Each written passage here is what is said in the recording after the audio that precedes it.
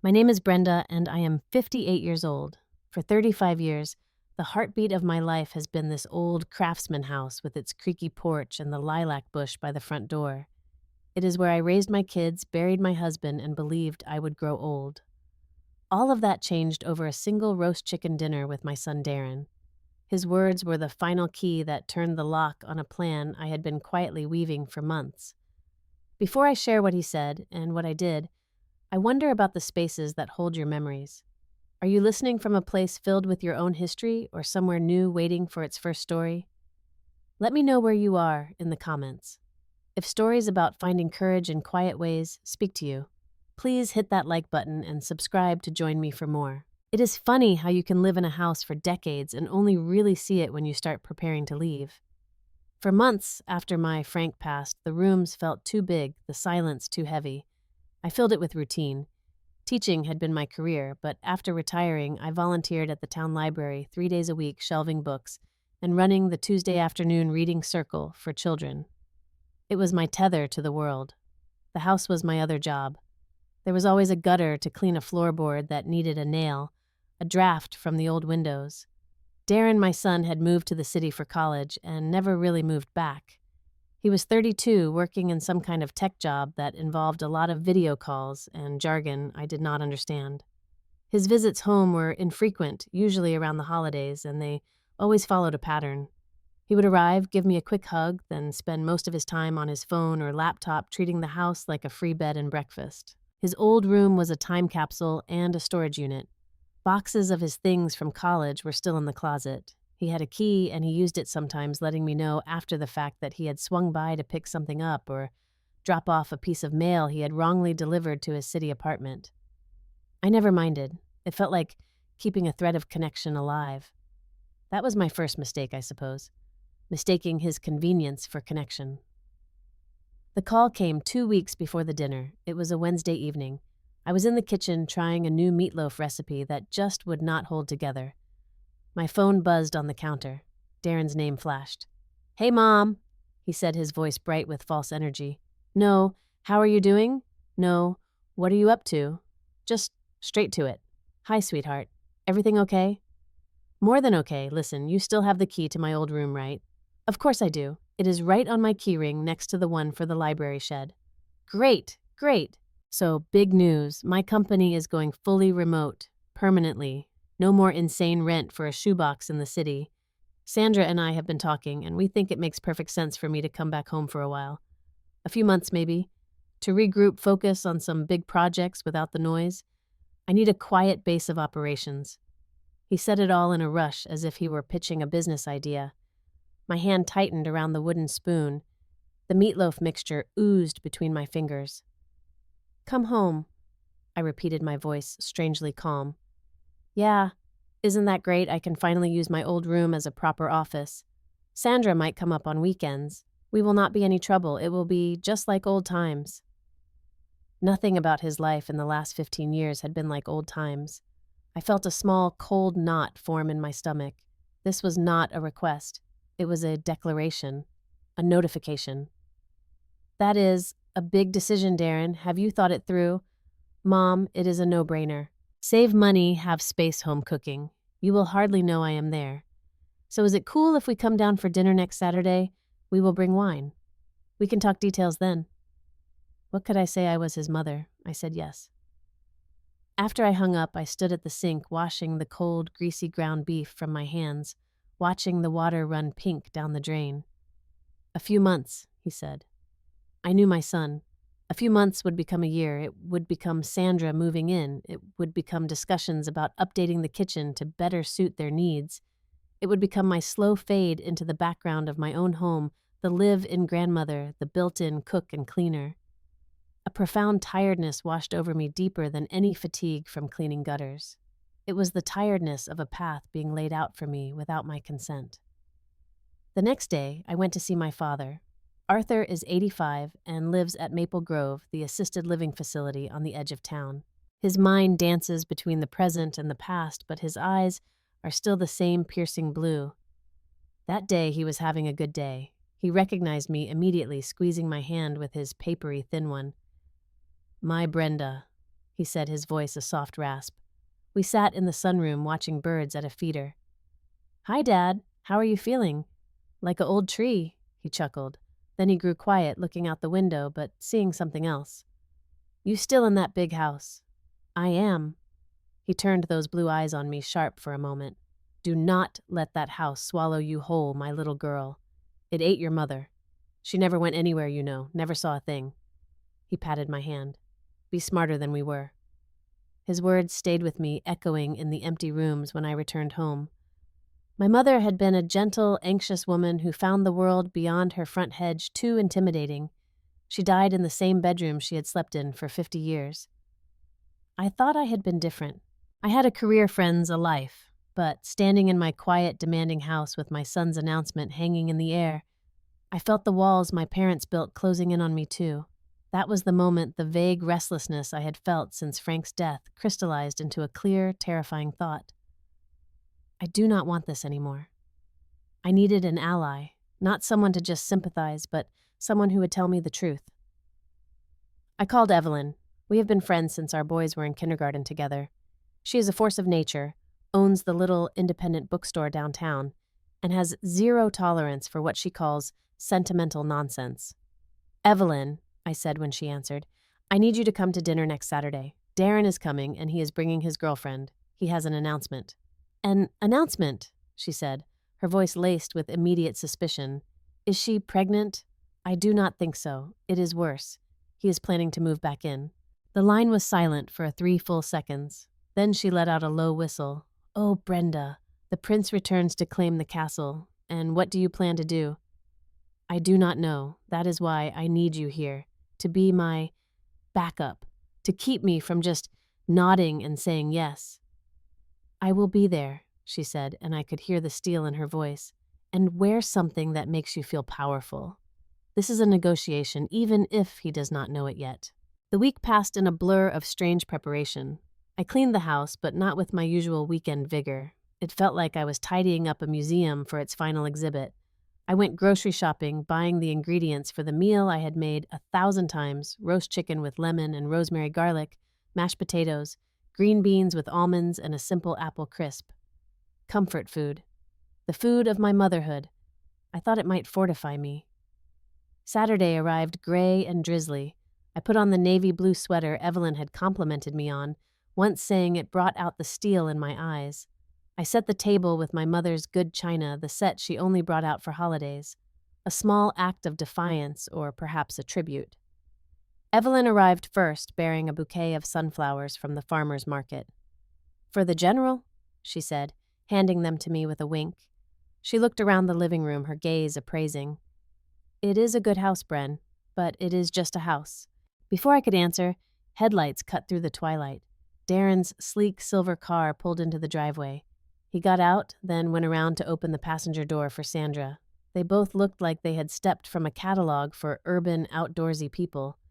Darren in a fitted plaid shirt and dark jeans, Sandra in a stylish wrap dress and boots that looked utterly impractical for our gravel driveway. She carried a bottle of wine in one hand and a small, trendy bouquet of white orchids in the other. They came up the walk, and I met them at the door. Darren leaned in for a quick, one-armed hug. Hey, Mom, you remember Sandra? Of course. Welcome, Sandra. It is good to see you again. I took the orchids. They were beautiful cellophane wrapped utterly without scent. Thank you for having me, Brenda. Sandra said, her smile perfect and practiced. She stepped inside her eyes, doing a swift inventory, taking sweep of the entryway, the living room. I saw her note the slightly worn rug, the family photos, and outdated frames. Her smile did not waver, but something in her posture shifted, a subtle settling into a space she deemed acceptable for the time being. Evelyn emerged from the kitchen, wiping her hands on a towel. Darren, you have grown since the 3rd grade, but I would still recognize you anywhere. Aunt Evelyn, Darren said, his smile becoming slightly more strained. He had never called her that, but Evelyn had a way of claiming relationships on her own terms. Did not know you would be here. Oh, Brenda needed help with the cooking and the conversation, Evelyn said cheerfully, shaking Sandra's hand with a firm grip. Let me get you two something to drink. The first hour was a dance of pleasantries. We sat in the living room. Darren did most of the talking, detailing his company's pivot to remote work, the exciting potential of his projects, the absurdity of city real estate prices. Sandra punctuated his points with concise, supportive comments. The ROI on a city apartment is just unsustainable, she said, as if discussing a stock portfolio, and the noise pollution is detrimental to real focus. I nodded, asked polite questions, and felt like an audience member at a lecture titled Our Brilliant Future. Evelyn listened, sipping her sherry, her expression one of polite interest that I knew masked deep amusement. When I brought the roast chicken to the table, its golden skin crackling, a wave of normalcy almost broke me. This was my dining room, my table, my food. For a moment, I wanted to cling to the script, to play my part. We passed the dishes. Compliments were paid to the food. Darren poured the wine he had brought, a fancy California Cabernet that tasted like oak and ambition. Everything is delicious, Brenda, Sandra said, cutting her green beans into perfectly uniform pieces. Thank you. It is an old recipe. So, Darren said, setting down his fork with a deliberate clink. Mom, we have been talking all evening about my new flexible situation. Sandra and I have done a lot of thinking, run the numbers, you know. He glanced at Sandra, who gave him an encouraging nod. We have made a decision. It just makes the most sense financially and logistically. He paused, clearly expecting me to lean in to ask what it was. I just took a sip of water, waiting. We are going to move back here, to the house. I will take over my old room as my office and our base. Sandra will be here most weekends, and we will look for a place locally eventually, but this gives us the perfect launch pad to really build something without the financial bleed. It is going to be great. You will have company help around the house. It is a win-win. He beamed at me, the picture of a son bestowing a gift. Sandra smiled, her eyes already looking past me, perhaps planning where they would put a desk in Darren's old room. The air left the room.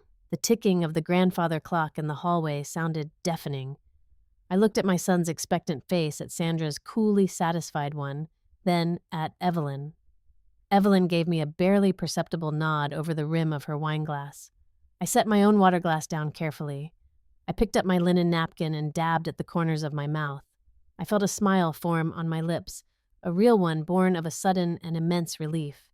The secret I had been carrying was finally too big to hold. Well, Darren, I said, my voice calm, clear, and strangely melodic in the silent room. That is certainly a surprising plan, but there is a small problem. His smile faltered just a touch. Problem? This house, I said, gesturing gently around the dining room. It is not mine to offer you anymore. Darren blinked. He let out a short, confused laugh. What are you talking about? Of course it is yours. I shook my head slowly. I signed the final papers 3 weeks ago. The sale closes at the end of the month.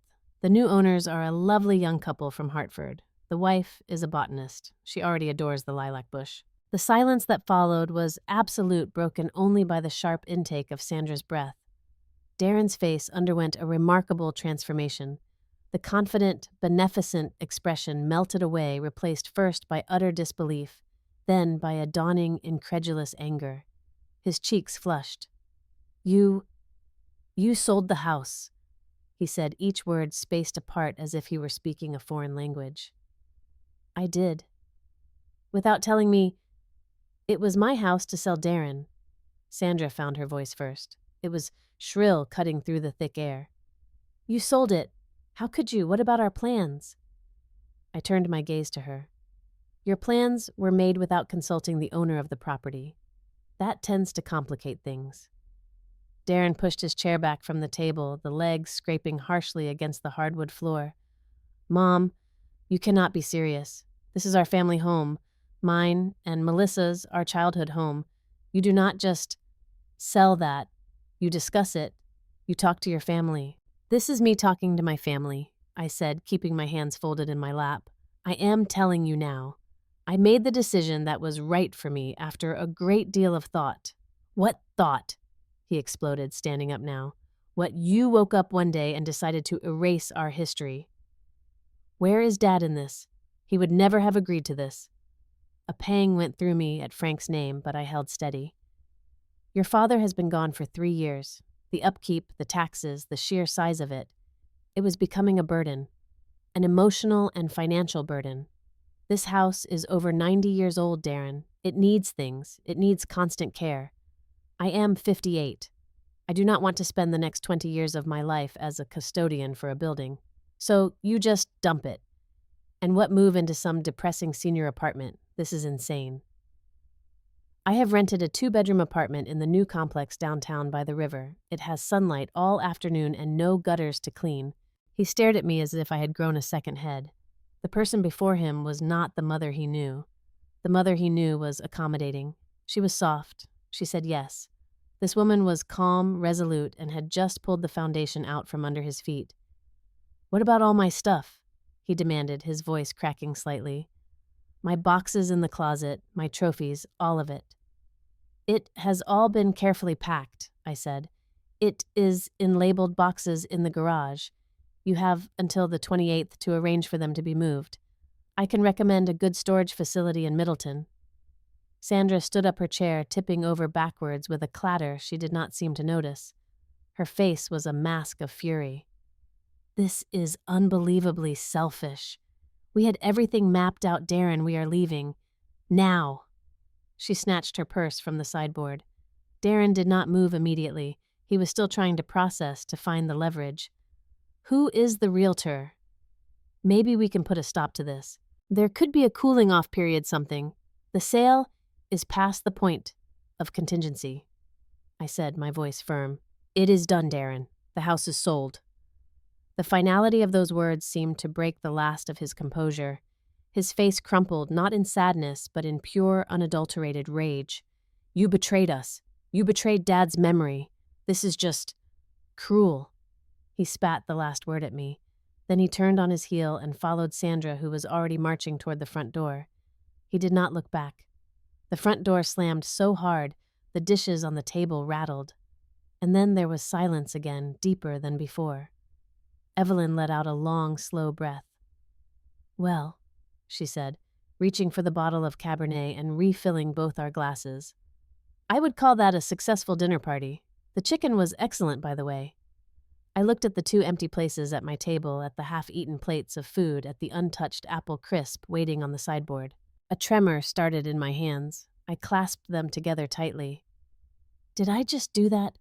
I whispered. "You absolutely did," Evelyn said, pushing my glass toward me. "And you did it perfectly. Now drink.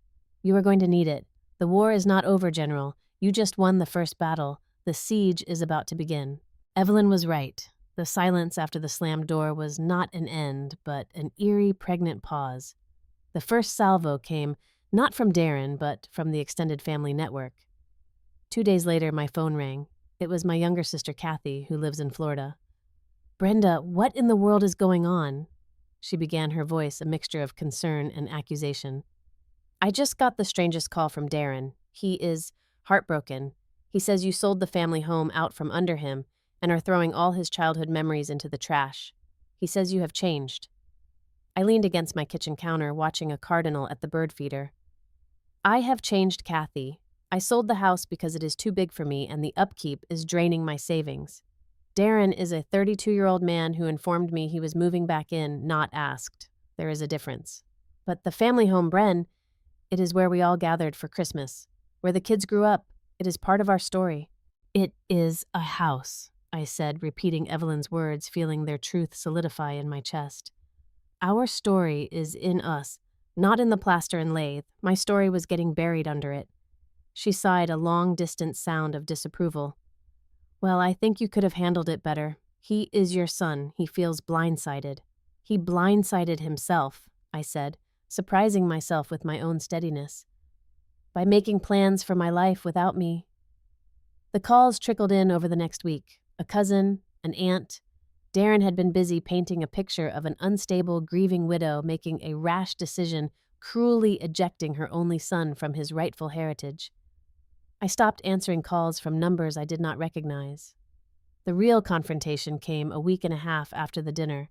I was in the garage, carefully placing more of Darren's boxes onto a shelving unit I had bought, trying to organize the physical remnants of his childhood. I heard a car door shut, then another. Footsteps on the driveway, gravel, brisk and purposeful. I turned to see Darren marching toward the open garage door, Sandra a few steps behind him, her arms crossed. He was not smiling. In his hand, he clutched a sheaf of printed papers. "Mom," he said, not bothering with a greeting. His voice was cold, all business. "Darren, Sandra, I was just organizing your things." "I bet you were," he said, his eyes scanning the stacked boxes with contempt. "Look, we need to talk. Seriously, I have been doing some research." He thrust the papers toward me. I took them. They were printouts from a legal website, sections highlighted in yellow marker. Phrases like tenant rights, established domicile, and adverse possession jumped out at me. "What is this?" "This," he said, drawing himself up, "is me informing you that you cannot just dispose of an asset that has, for all intents and purposes, been part of my life and a resource for my stability. I have had belongings here continuously. I have received mail here. This has been a secondary residence for me for years. You may have legal ownership, but I may have certain equitable rights, especially if I can demonstrate an intent to re-establish permanent residence." He was parroting words he had read online, his delivery stiff.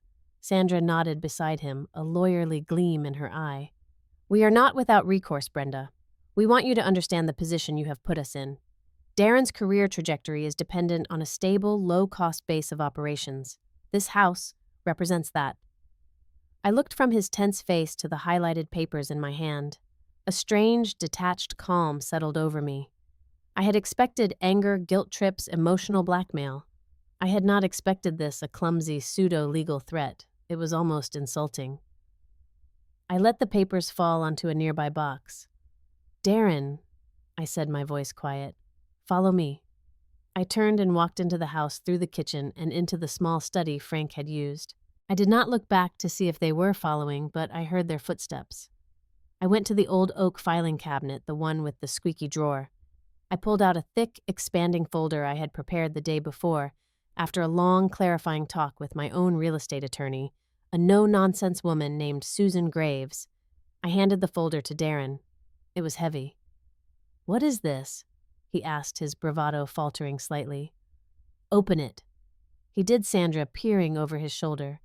On top was a copy of Frank's will, notarized and clear, leaving everything to me, his spouse. Next, the deed to the house in our joint names, with a rider confirming its transfer solely to me upon his death. Then, property tax bills for the last 10 years, all addressed to Frank and Brenda Walsh, paid from our joint checking account. I spoke as he flipped through. "Page 5 shows the email from you in 2019 when I asked if you wanted me to ship your winter coats. You wrote, and I quote, 'Just donate them, Mom. I am never moving back to that dead-end town. That house is your albatross, not mine.'" His face paled as he saw his own words printed out. "Page 7, I continued, "is a letter from my attorney Susan Graves confirming the sale of 185 Maple Street to the Peterson family, closing date October 28th. All contingencies satisfied. The sale is ironclad." I took a step closer, my heart pounding, but my gaze steady. "Darren, I love you. I have loved you since the moment I knew you were growing inside me. But love does not mean I forfeit my own security and peace for your convenience. I have spent my entire life being the supporting character. The woman behind your father, behind you, behind this house. It is my turn now. The house is sold. Your plan is not my responsibility. And if you want to discuss equitable rights further, my attorney's number is on the last page. You can call her yourself." For the first time in his adult life, my son looked at me and saw a separate person. A person with a will, with legal documents, with a plan that did not include him at its center. He saw a boundary solid and high that he had never known was there. The folder shook slightly in his hands. Sandra's mouth was a thin, tight line. All her calculated plans had just met the immovable object of my preparedness. He closed the folder, his fingers leaving damp marks on the cardboard. He did not look at me. He looked at the floor, then at the wall, anywhere but at my face. He handed the folder back to me, his movement stiff. "Come on, Sandra," he muttered, his voice thick. "We are leaving." They walked out of the study. I did not follow them this time. I listened to their footsteps recede through the house, heard the front door open and close this time, with a quiet, definitive click, not a slam. I stood in the quiet study, holding the folder that contained the proof of my own life, and I waited for the feeling of victory. It did not come. Instead, a profound and weary sadness washed over me, clean and deep as the ocean. I had won the battle Evelyn predicted, but the cost sat in my heart heavy as stone. The following weeks were a lesson in the physical and emotional labor of dissolution, with the confrontation over a grim quiet settled between Darren and me. He did not call. The angry relatives stopped their calls. The silence was its own kind of ache, but within it I found a new rhythm. The plan I had whispered to Evelyn over coffee, the one that had seemed like a wild fantasy, was now my daily reality. I worked methodically room by room. The living room was first. I took down the family photos, not throwing them away, but carefully placing them in a special memory box I would keep. I donated the bulky furniture Frank's parents had given us to a charity that helped families setting up new homes. It felt good imagining a young couple needing that sturdy sofa more than I did. I kept only what I truly loved.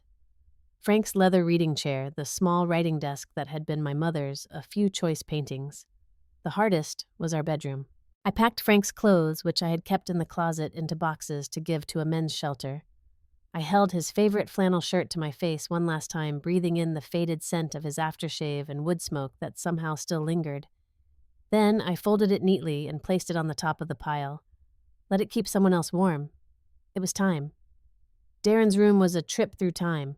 High school trophies for participation in sports he lost interest in, moldering science fair posters. I packed it all with care, labeling each box clearly. I did not throw away his history. I just stopped being its curator. Throughout it all, Evelyn was my anchor. She would show up with sandwiches and iced tea, put on some jazz from the old record player I was giving away, and work alongside me without needing to talk much. Her presence was a constant reminder that I was not alone in this new self-created space. 2 days before the closing, I did a final walkthrough. The house echoed. My footsteps sounded loud and lonely in the empty rooms. Sunlight streamed through the clean windows, highlighting the dust motes dancing in the air. I went to the kitchen where the ghost of 1,000 meals lingered. I stood at the back door, looking at my garden, which was putting itself to bed for the winter. I felt a pang, but it was not the desperate clinging of before. It was a grateful farewell. You were a good house, I thought. You sheltered us, but you are not us. The next morning, I met the new owners, the Petersons, for the key exchange. They were in their early 30s, bright-eyed and holding hands. Lisa, the botanist, immediately pointed to the lilac bush. "I cannot wait for spring to see it bloom," she said, her voice full of genuine joy. Her husband Ben shook my hand firmly. "Thank you for taking such good care of it. We promise to love it too." In that moment, any lingering doubt vanished. The house was going to someone who wanted its future, not just its past. My new apartment was a 10-minute drive away in a modern 3-story building by the Connecticut River. It was all clean lines and neutral colors. The first thing I did was unlock the door and walk into the empty living room. The afternoon sun was pouring in just as the rental agent had promised. It was quiet. It was mine. I had brought only a suitcase of clothes, an air mattress, and a bag, with my coffee maker and a single mug. Evelyn came over that evening with a pizza and a bottle of champagne. We sat on the floor, leaning against the bare wall, and toasted to new beginnings.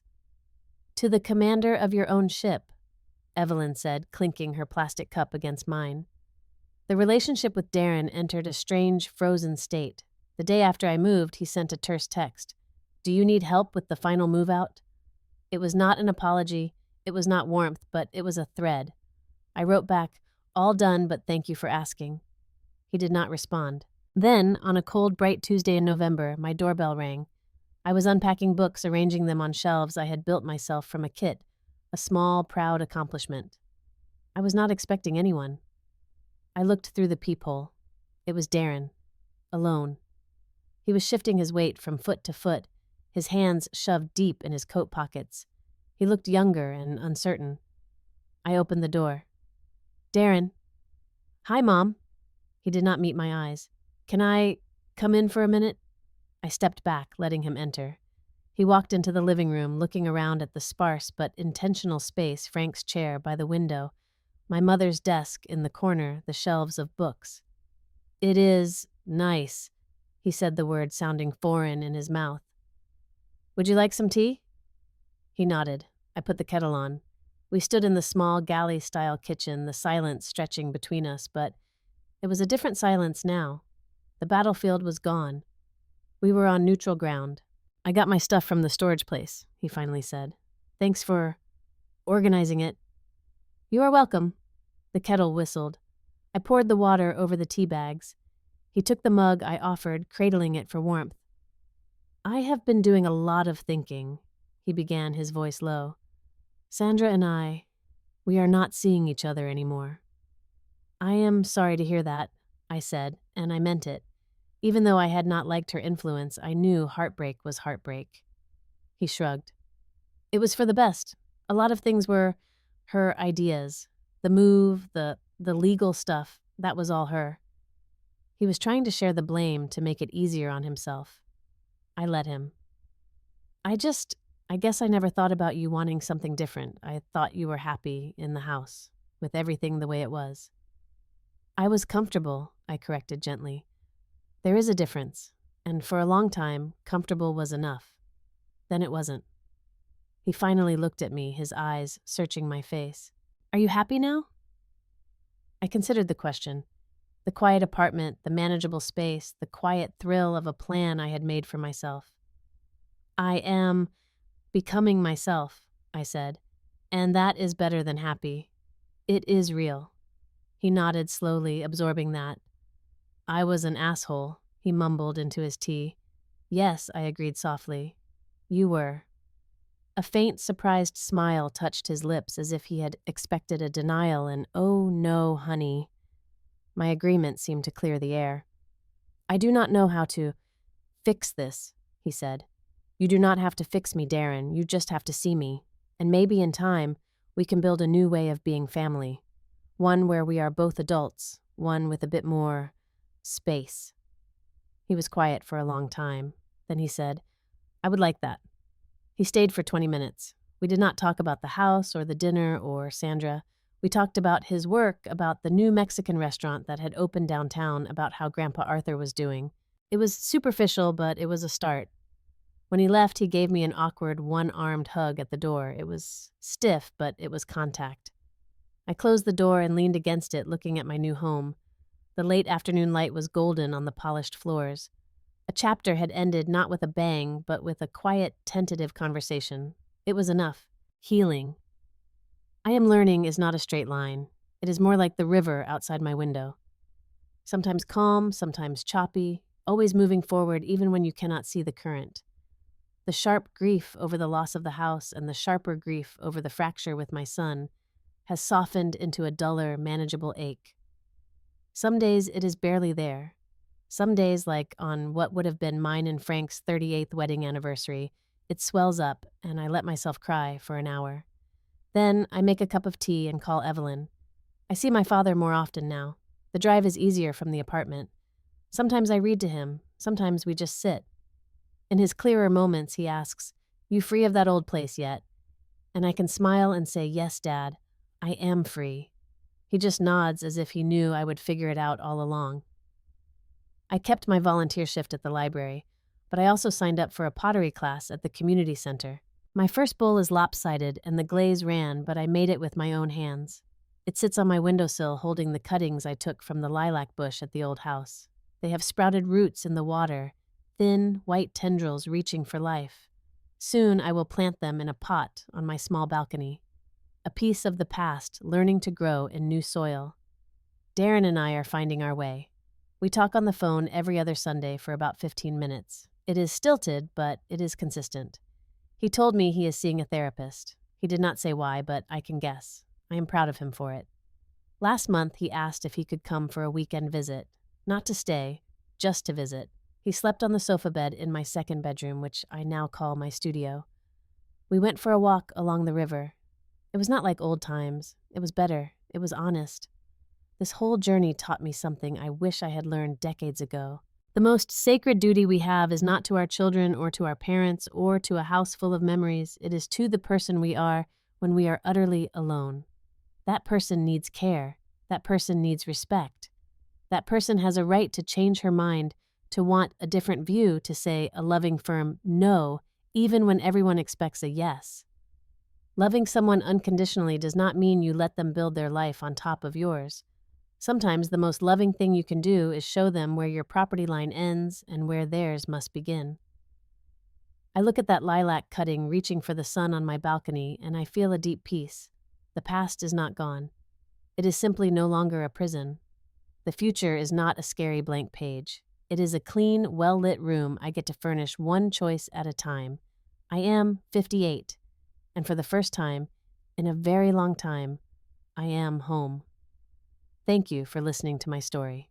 If you have ever faced a moment where you had to choose between keeping the peace and claiming your own, I understand how heavy that feels. Where are you in that journey now? I would be so grateful if you shared your thoughts or a word of support in the comments below. If this story resonated with you, please give it a like. It lets me know these conversations matter. Subscribe to the channel for more stories about quiet courage and new beginnings. And if you know someone who might need to hear this today, please share it with them. From my new quiet corner of the world to yours, I wish you peace and the strength to draw your own lines. Thank you.